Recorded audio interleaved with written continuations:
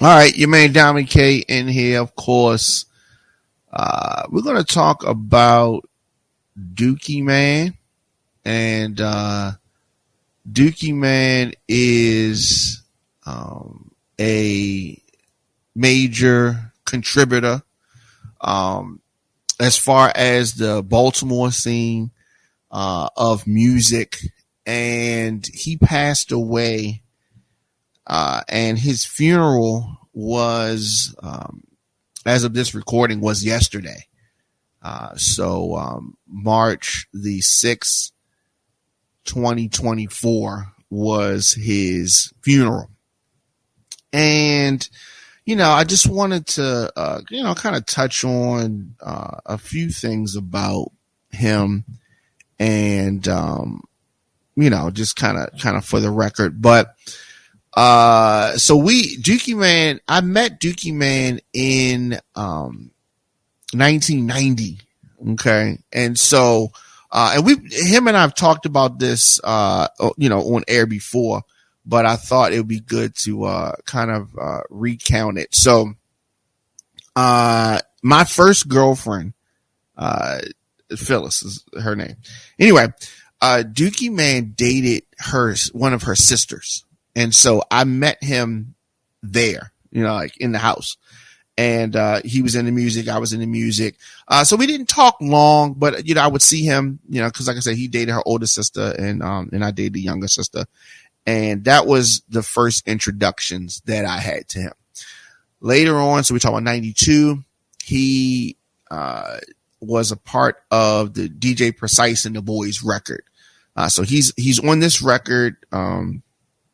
And at this time he was called DJ Show. His name was DJ Show at this time. And so that DJ Precise record came out, and here in Baltimore, that was a big record. DJ Precise, I did shows around the Woodlawn area, Baltimore City, Randallstown, they're from that area, and they did shows up in that area promoting that record, obviously in clubs and that kind of stuff. So as 1993 hits, and I signed with Frank Ski's label, and Hey Girl, Where Your Boyfriend, that comes out, and that kind of that movement starts. I didn't really run into him again until about 95. 95, of course, he put out, Are You the Bomb, and, had, some records out. And so 95, on that Are You the Bomb run. And, we ran that all the way 95, 96. And then Hey You Knuckleheads comes out, which is 1996. And so 1996, so we had Foe, of course we had Diamond K, we had, Big Rhea, and, there's another group that I'm trying to break, which was the Horsemen. So the Horsemen started that, they were dancing in the club. They were hanging out in the record store with us, going to parties with us. And I really wanted to have, I felt that they needed a vehicle, a song. And so Kenny B, came up with the concept of a song, which was called We Boys. And initially Kenny B and I were going to do the song. But what I decided to do was give the song to the Horsemen. I thought it would be a better vehicle for the Horsemen. So initially Kenny B and I, like I said, we're going to do the song. But I ended up giving that to the Horsemen. But before we get to that, so that's 97 actually. So we're in 96. And so Dukeyman, came to the record store in Westview Mall. A lot of DJs, may know about the record store. Anyway, he came to the record store, and he has, some tracks, and, he played some tracks for me, which I liked. And, we start working together. And we worked on, he remixed, one of my songs called Be More Bitches. We did another song, Work It 96. And, we released that record. That's 96. Worked on Kenny B's record, which was You Don't Want None. Pages Blowing Up. Work Your Body. A lot of different records on Kenny B's As Hot As Can Be, Volume 2. So for DJs that had the actual record, it was a blue record. And it was a massive record. The You Don't Want None was a very big record for us at that time. And so it was a lot going on. And we were doing well, doing well. As I said, the Horseman comes about. The We Boys record came, and at the time, Dukeyman was living with his mother in Randallstown, Milford Mill area. And so, his bedroom is in the attic. So, I go up, a bunch of steps, and, he had set up in his bedroom. We recorded the song in the bedroom, vocals in the bedroom, everything. Did the whole record, which became We Boys. He cool. Yo, that's one. Yo, We Boys, right? Look that up. Anyway, we do this record there, in the bedroom, press it up, release it, becomes a big hit. In Baltimore, the Baltimore region. Did that. We did another record, after that, which was We Bout It. And, so we worked on so many records together. 97, 96, 97, 98, 99, 2000, 2001. We're working on all these records. But just definitely, the Horseman records, some Rhea records, and I guess around 98, I had this concept, so we did a project. I had a group in high school called the CIA. So we did a project on the CIA, which included my man, Jay, and I did this record called Put Your Leg Up. Now, what was funny about that record is that, I had the session set up. I didn't know what song I was going to do. I did not know the song. And a lot of times I would write songs on the way to the studio.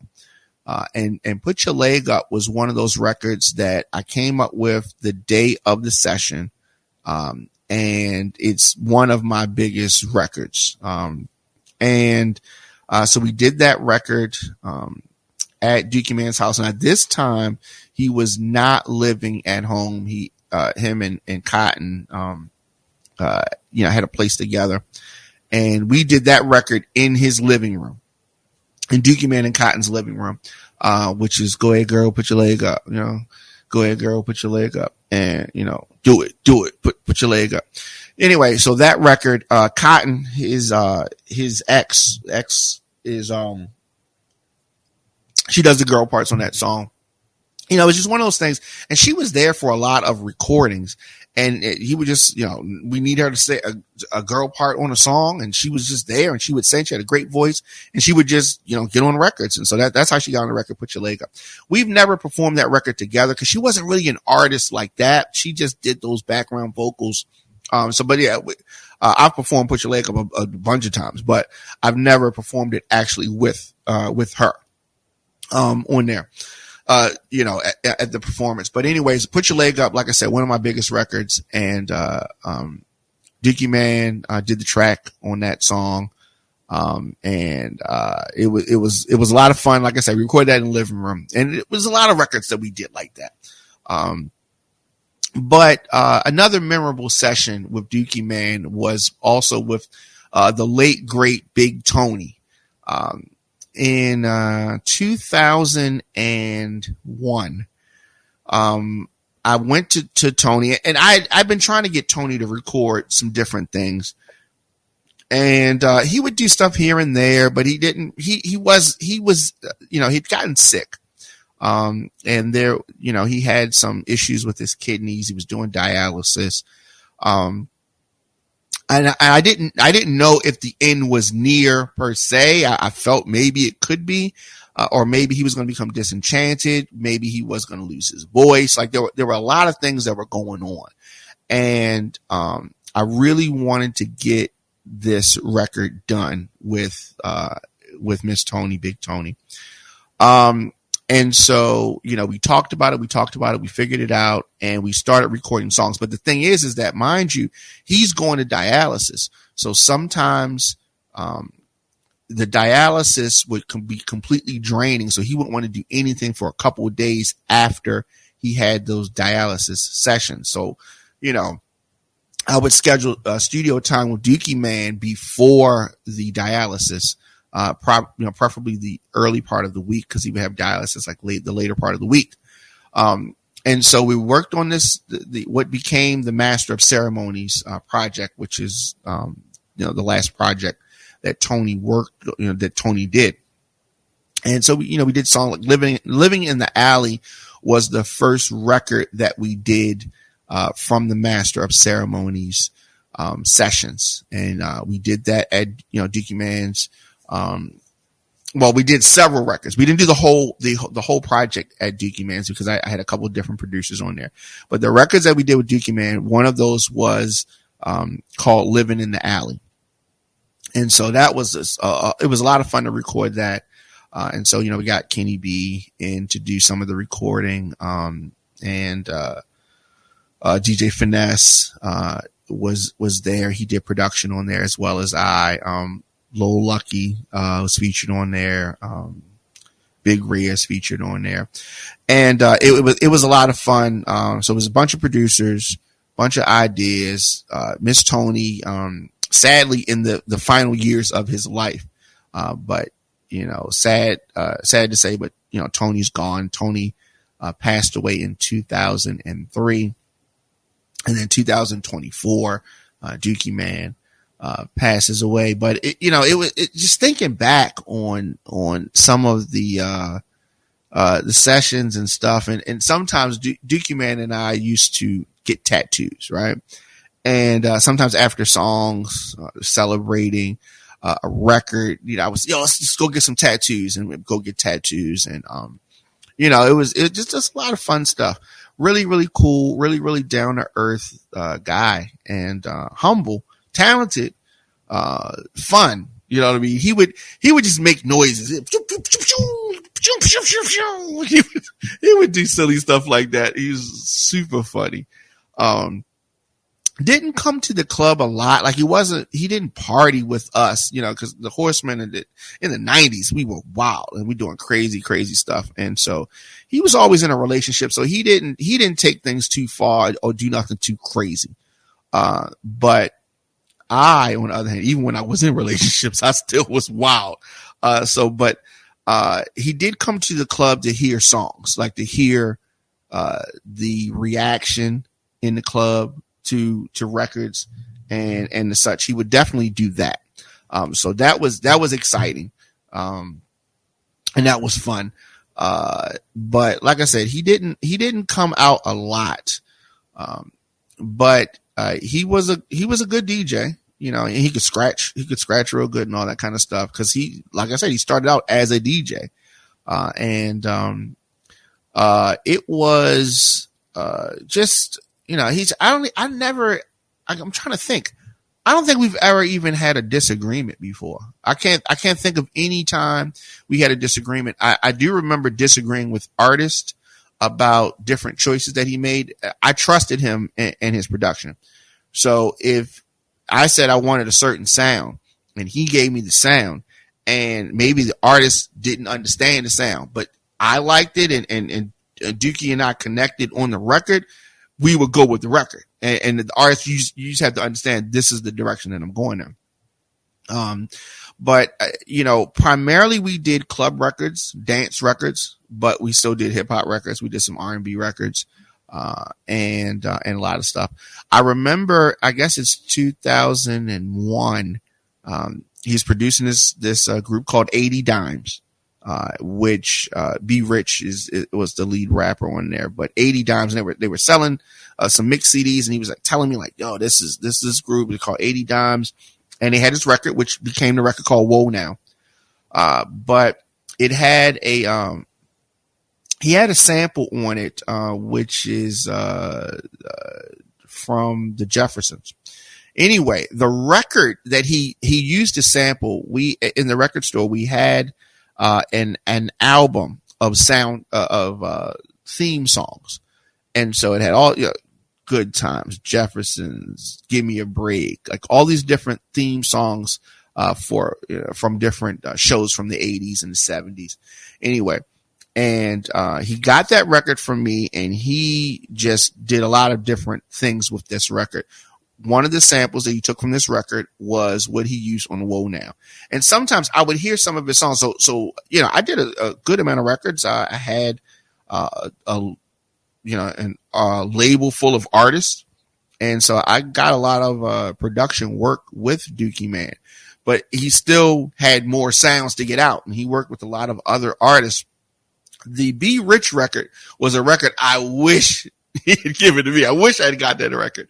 But he, Be Rich, 80 Dimes, Dukeyman, they, worked something out and got a deal with, I believe it was Atlantic. Got a deal, did a video, did another video, got a nice advance, got some royalties on it. And he was super excited. It was a very big record, and it was a great run. It's probably one of the biggest records he did. I don't know if it might be the highest charting record.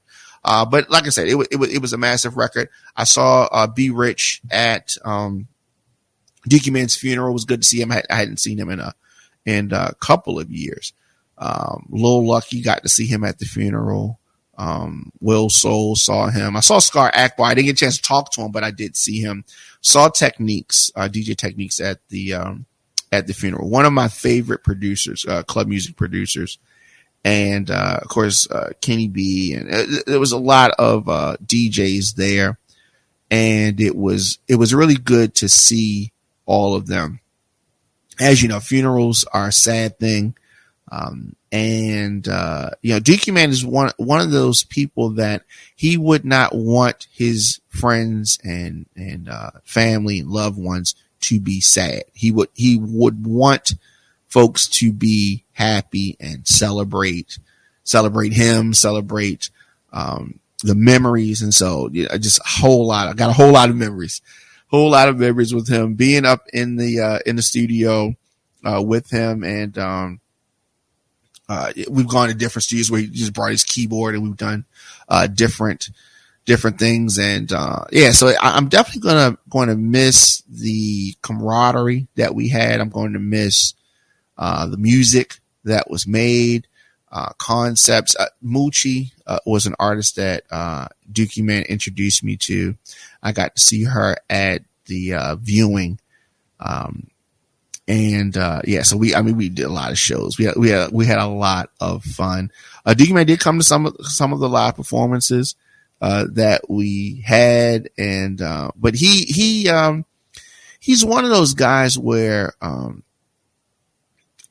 people always say this, and it's true. You only get a certain amount of friends. I don't have a lot of friends, but Dukeyman was one of my friends, and our connection was through music. Like, we didn't talk about relationships. We didn't talk about, too many other things. It was a music thing, and we did a lot of music. And, being at his funeral, yesterday really motivated me to, finish up a few songs that, I've kind of in various stages of completing. So definitely going to have some new music coming.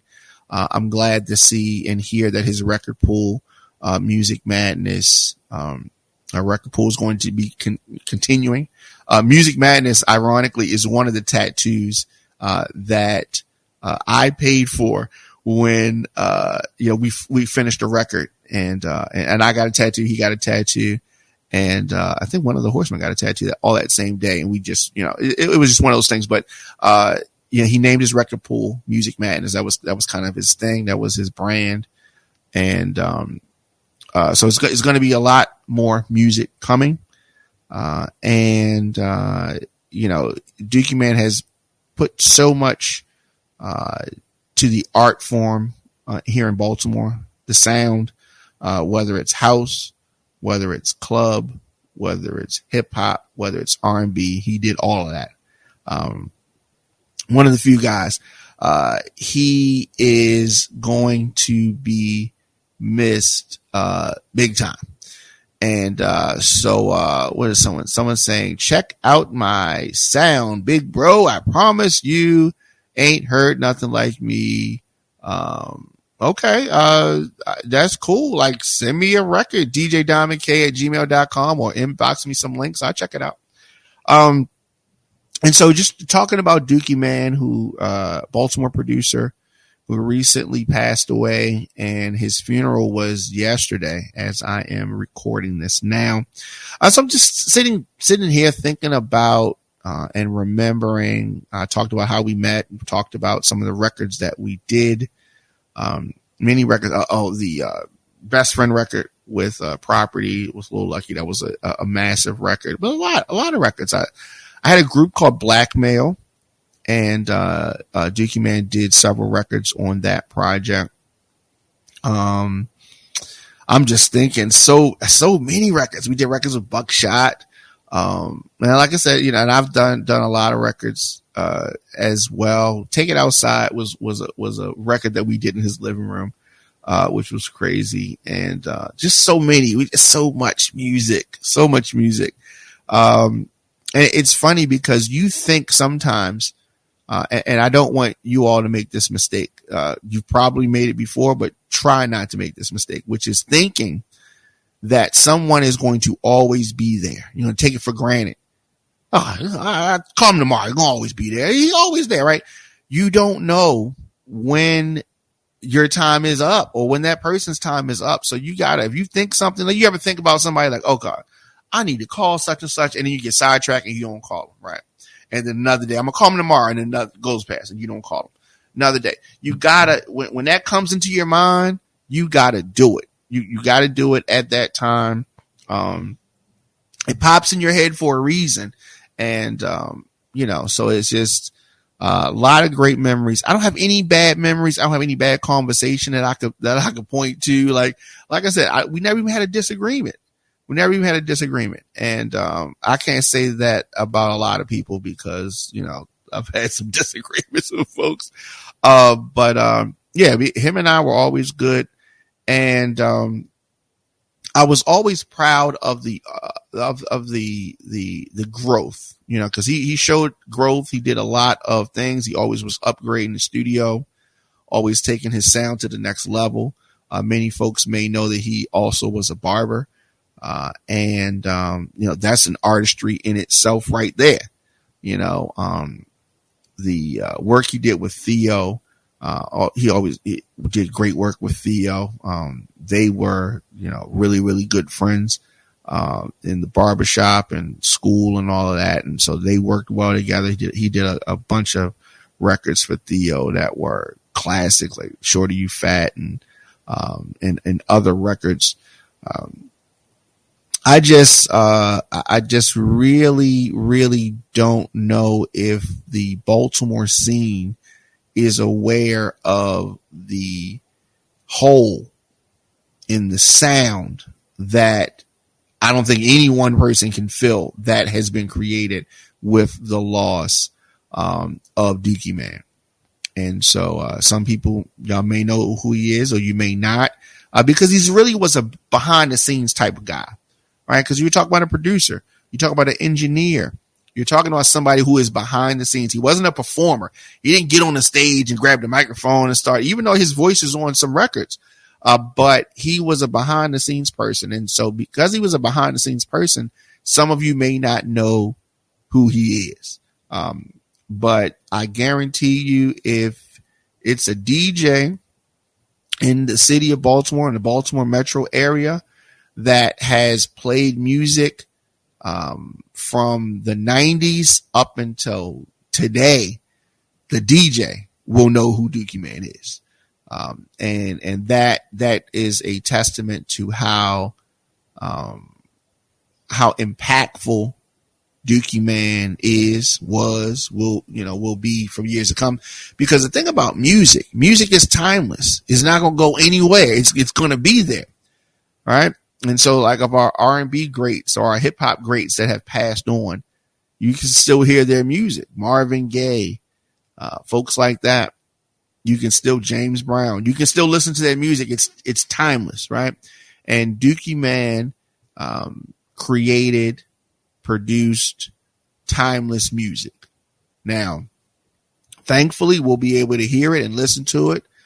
Their pictures and their, all kinds of things. But most importantly, those sounds, the records that were created, we can still hear those, and we're gonna talk about it and tell the stories and share the memories and laugh and cry and all that kind of stuff.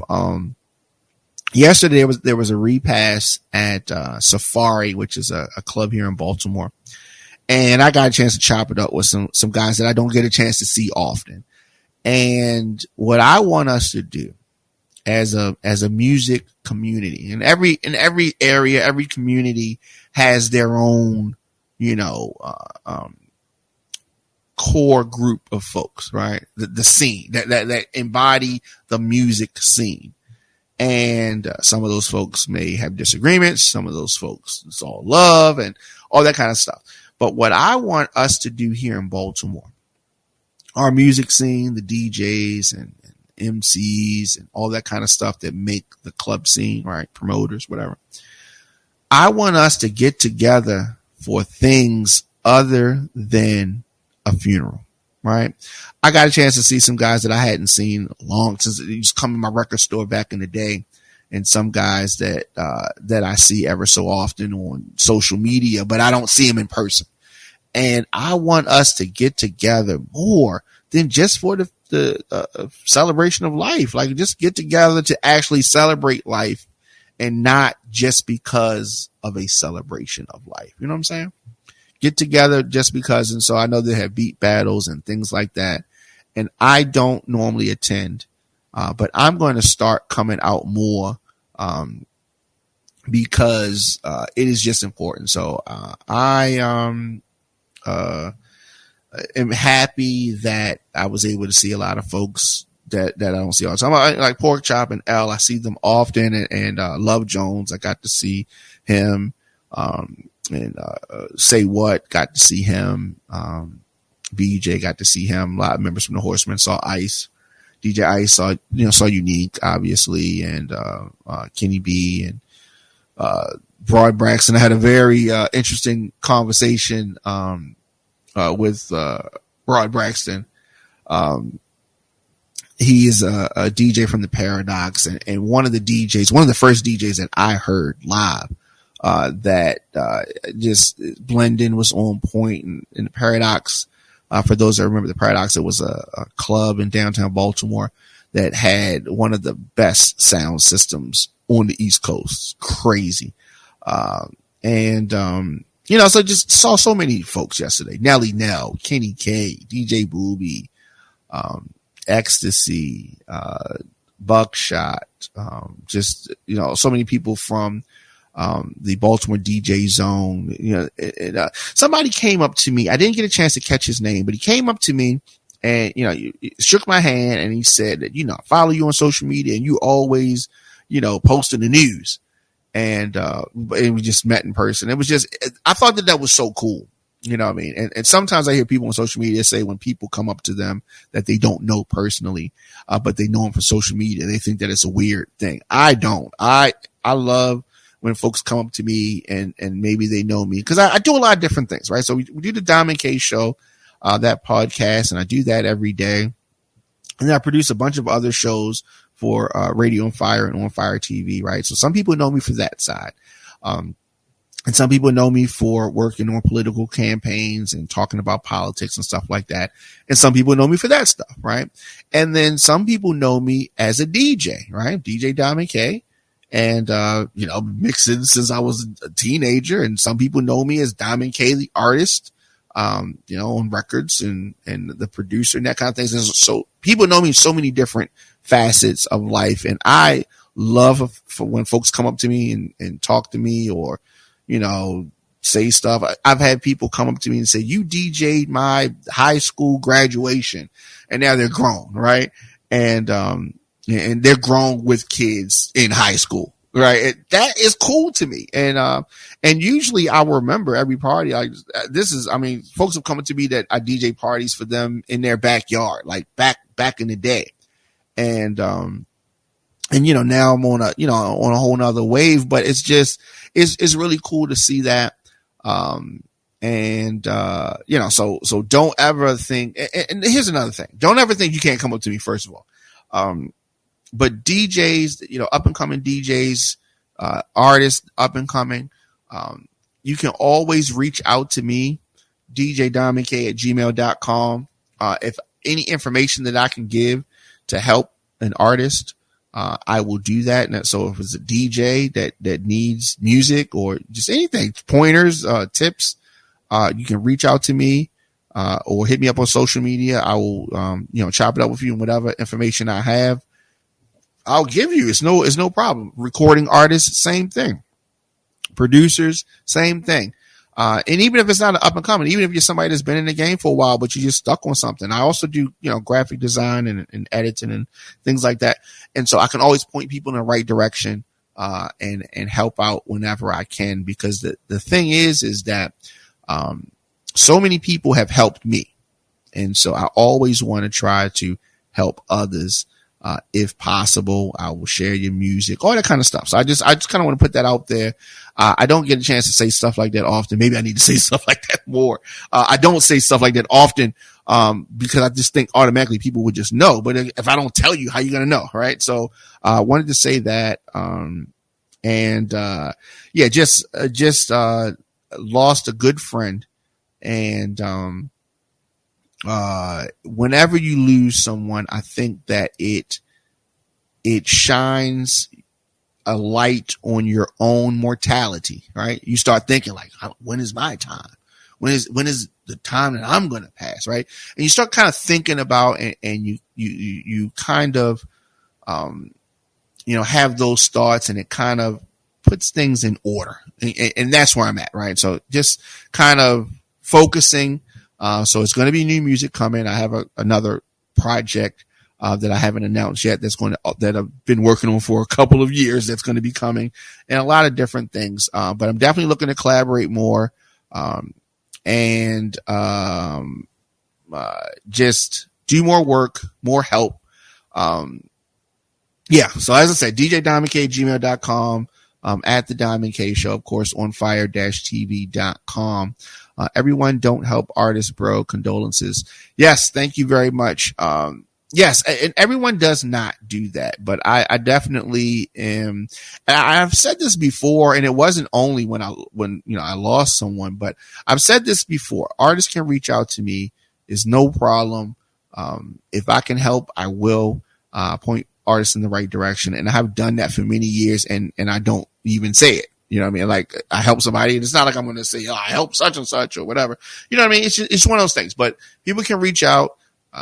There's the internet, right? So I came up in the era of CDs, right? And then, things moved to MP3s and to where they are now.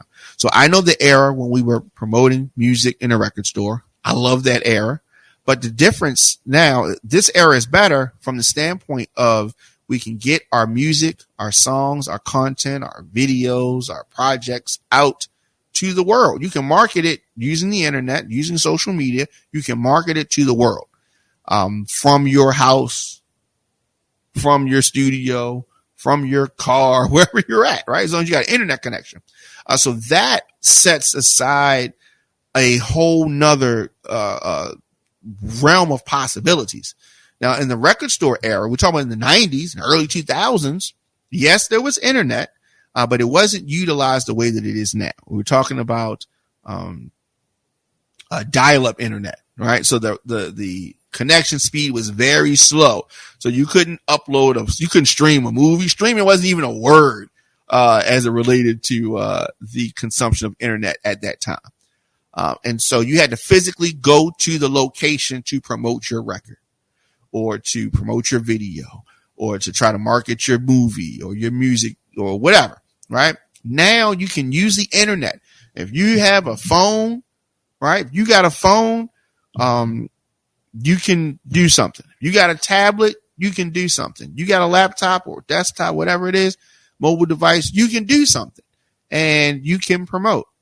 Now, what I do want to say to artists is that it's not just about flooding somebody's timeline with your or tagging somebody or flooding their inbox or DM with your stuff. That's part of it, but that's not the only way. Right? There are other things that you can do to market yourself. You need visuals, right? You need some kind of visual.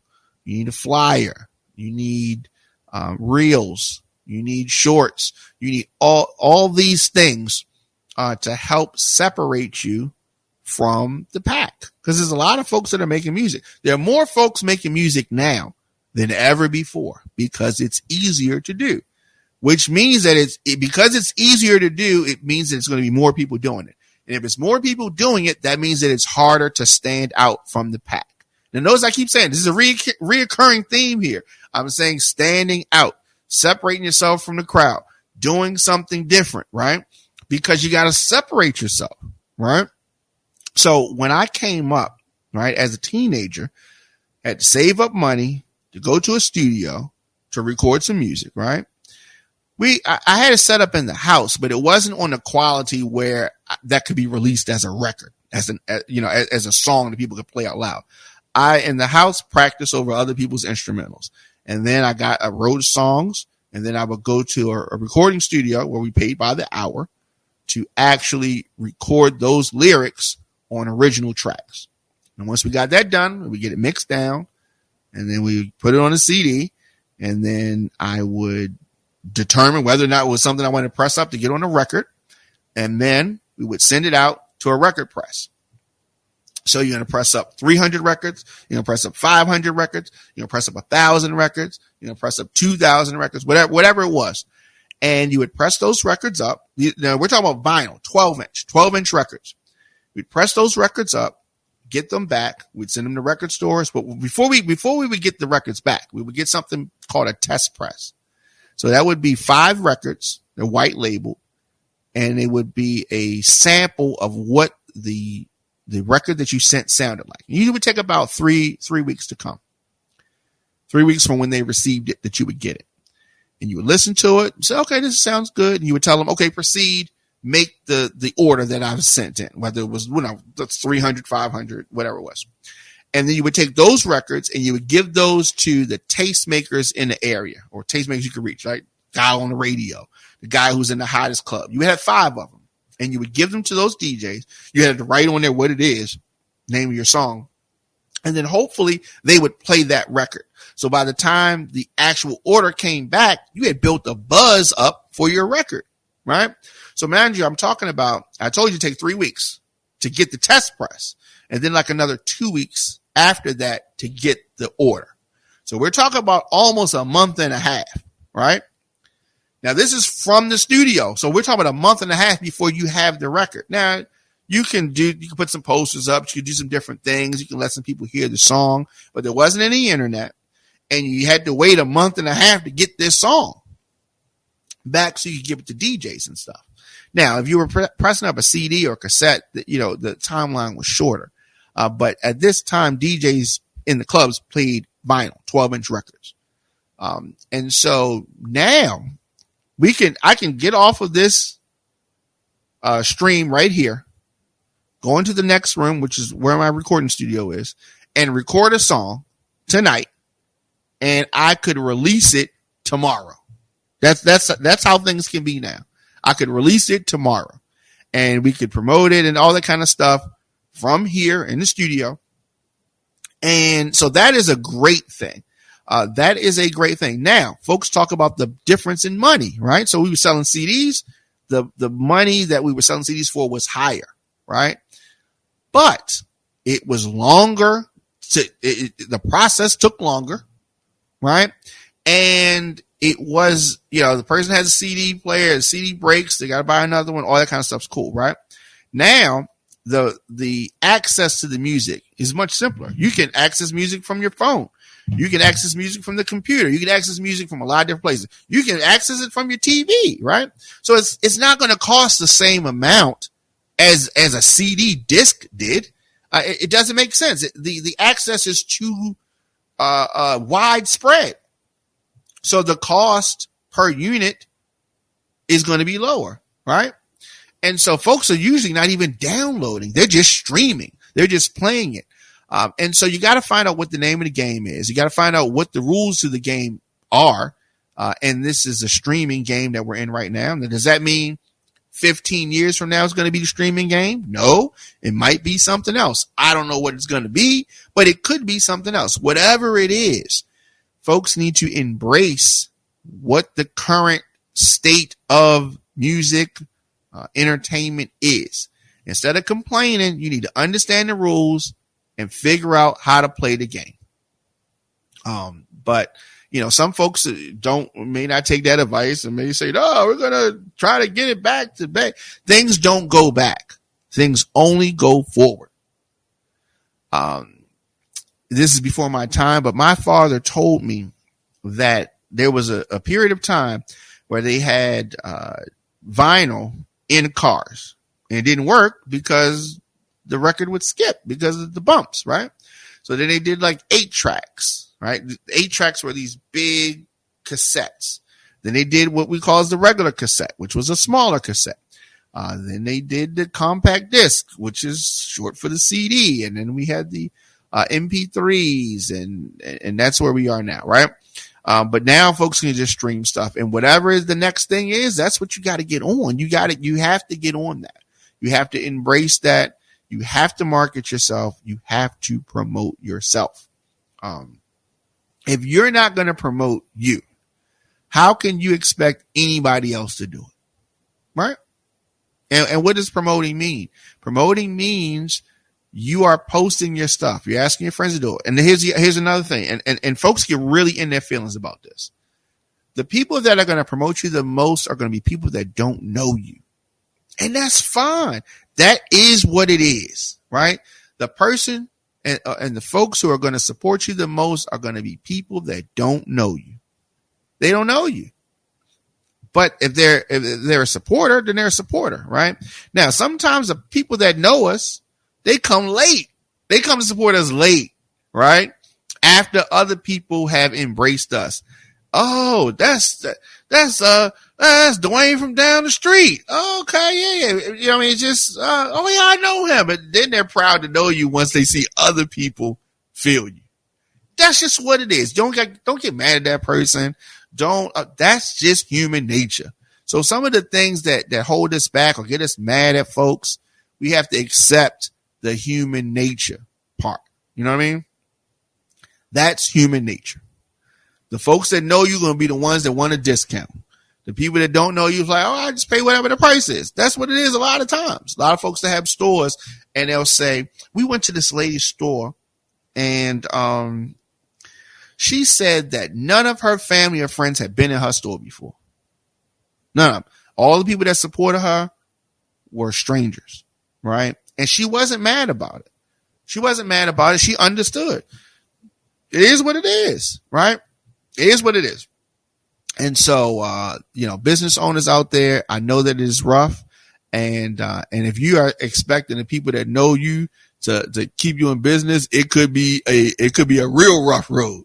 You got to think outside your box, outside your circle, utilize the internet, because the internet you can touch everywhere.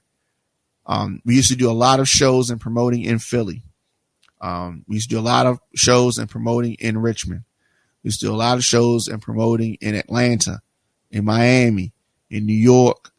And I had to physically go to these locations to do this. Now we can do a social media marketing campaign in those locations and not leave Baltimore. If I need to, I leave, right? But you don't have to. You can plant the seeds from your location. And I do help people with that type of marketing. Definitely djdiamondk at gmail.com or DM or inbox me, and we can talk business. But you can do these things. You can promote and target anywhere in the world. Now, it takes money, obviously, but it's not as much money as it is to fly there or to ship merchandise there or to drive there. You can do these things. Whether you're selling music, whether you are selling food, whether you are selling clothes, whether you are selling makeup, whether you are selling hair, whether you are selling, these things with these bracelets, you know what I mean? Whatever you're selling, you can use the internet for that. And that is a good thing. Now, with the rise of the internet, obviously, comes, not the demise, but, it has definitely been a reorganization in stores and, what they call brick and mortar stores. And so because the internet is so big, and so powerful and so widely used. So understand what the game is. Now, some things are never going to go out of style, right? People going to always want to eat. People going to always want to go out somewhere and party and drink. And some things are just going to be, as we said, timeless. Some things are not going nowhere. And some businesses are not going to require different things. I remember in the 90s, I had a conversation with my father. He said, nobody's going to never buy a car off the internet.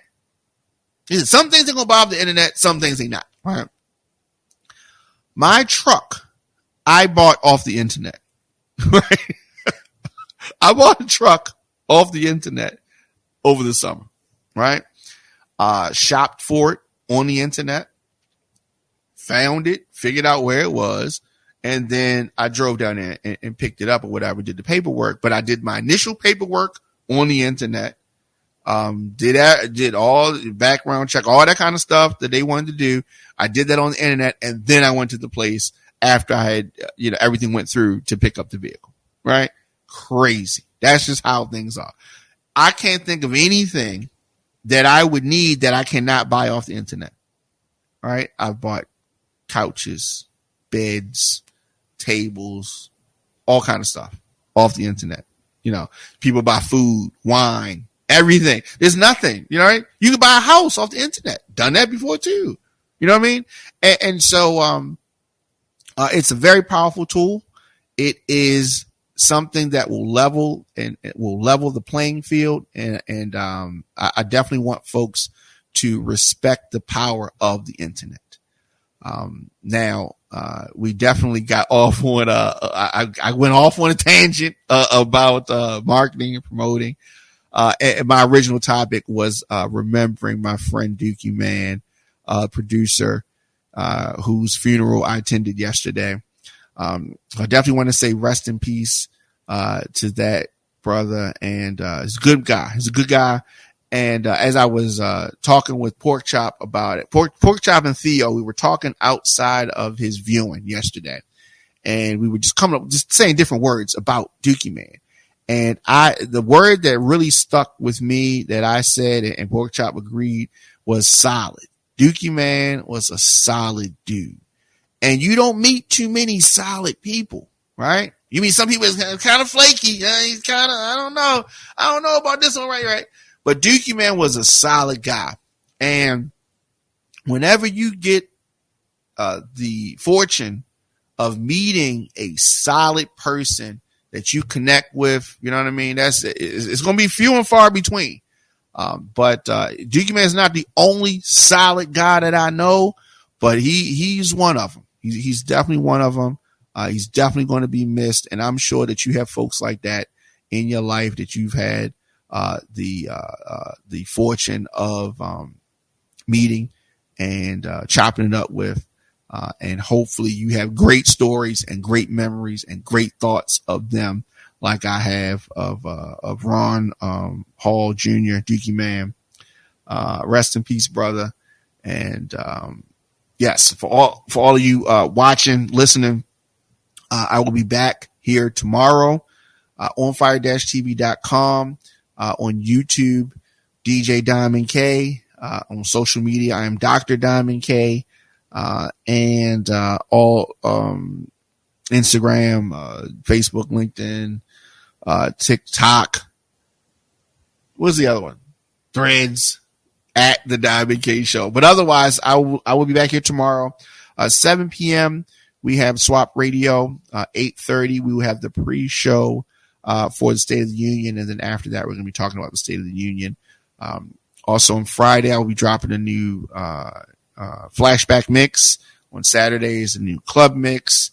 And a lot of music to come and a lot of things going on. So I will see you guys tomorrow.